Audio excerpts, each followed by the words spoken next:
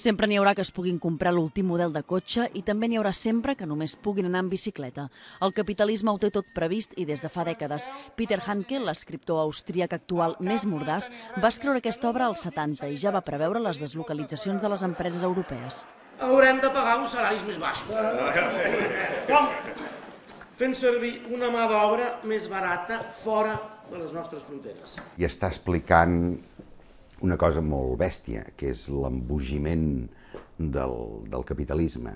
Avui en dia, els obrers es limiten a treure's la feina de sobre, muts i absents, pensant en qualsevol altra cosa.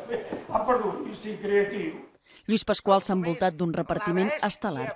Fernández, Buixaderes, Marco, Bosch disseccionen una realitat econòmica sagnant que ja no és cap ficció, tampoc pel Teatre Lliure, que ha hagut de cancel·lar 3 produccions. Que fos una veu d'alarma perquè tots sabíéssim que destruir el teixit cultural és molt fàcil, es fa molt bé de seguida, i construir-lo costa molt. Cuit és el retrat implacable d'un món que té uns mercats on la cultura no hi computa per res. Sort que encara per alguns és un d'aquells intangibles vital i necessari per la civilització. Gemma Ruiz, TV3, Barcelona.